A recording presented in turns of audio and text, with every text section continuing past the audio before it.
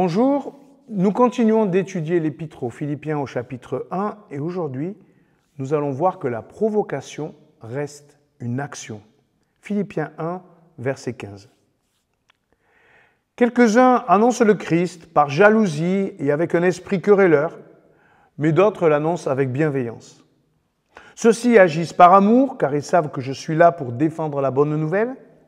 Les autres proclament le Christ d'un esprit de rivalité. Leurs motifs ne sont pas purs. Ils veulent accroître ma détresse de prisonnier. Peu importe que leur intention soit inavouable ou sincère, le Christ est de toute façon proclamé. Et je m'en réjouis. Ah oui, Paul, ici, provoque ce qui cherche à le provoquer.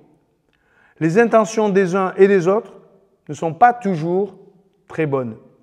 Mais Paul est convaincu que même avec des intentions mauvaises, le royaume de Dieu peut avancer. Que veut-il dire par là? Dieu cherche-t-il la souffrance de ses disciples ou inspire-t-il des gens qui ont des mauvaises intentions? Il faut comprendre ce que Paul veut nous dire ici.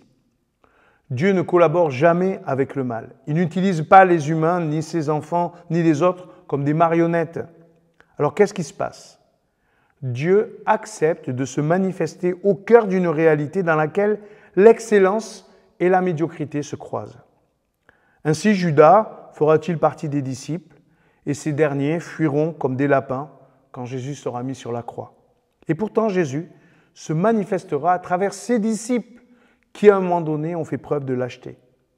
Pendant que nous observons les attitudes et jugeons des situations, Dieu agit de manière surprenante, à contre-courant, au cœur d'une réalité qui à la fois lui résiste et à la fois finira par se soumettre à lui.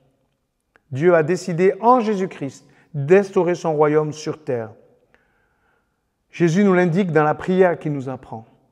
Ce royaume se déploie dans un monde où l'ambiguïté du mal, même dans l'Église, continue de se manifester. Ainsi, Paul ne justifie pas ici le mal ou les intentions de certains. Il ne les excuse pas non plus. Il dit juste sa conviction que la puissance du nom du Christ est plus grande que la puissance du calcul humain.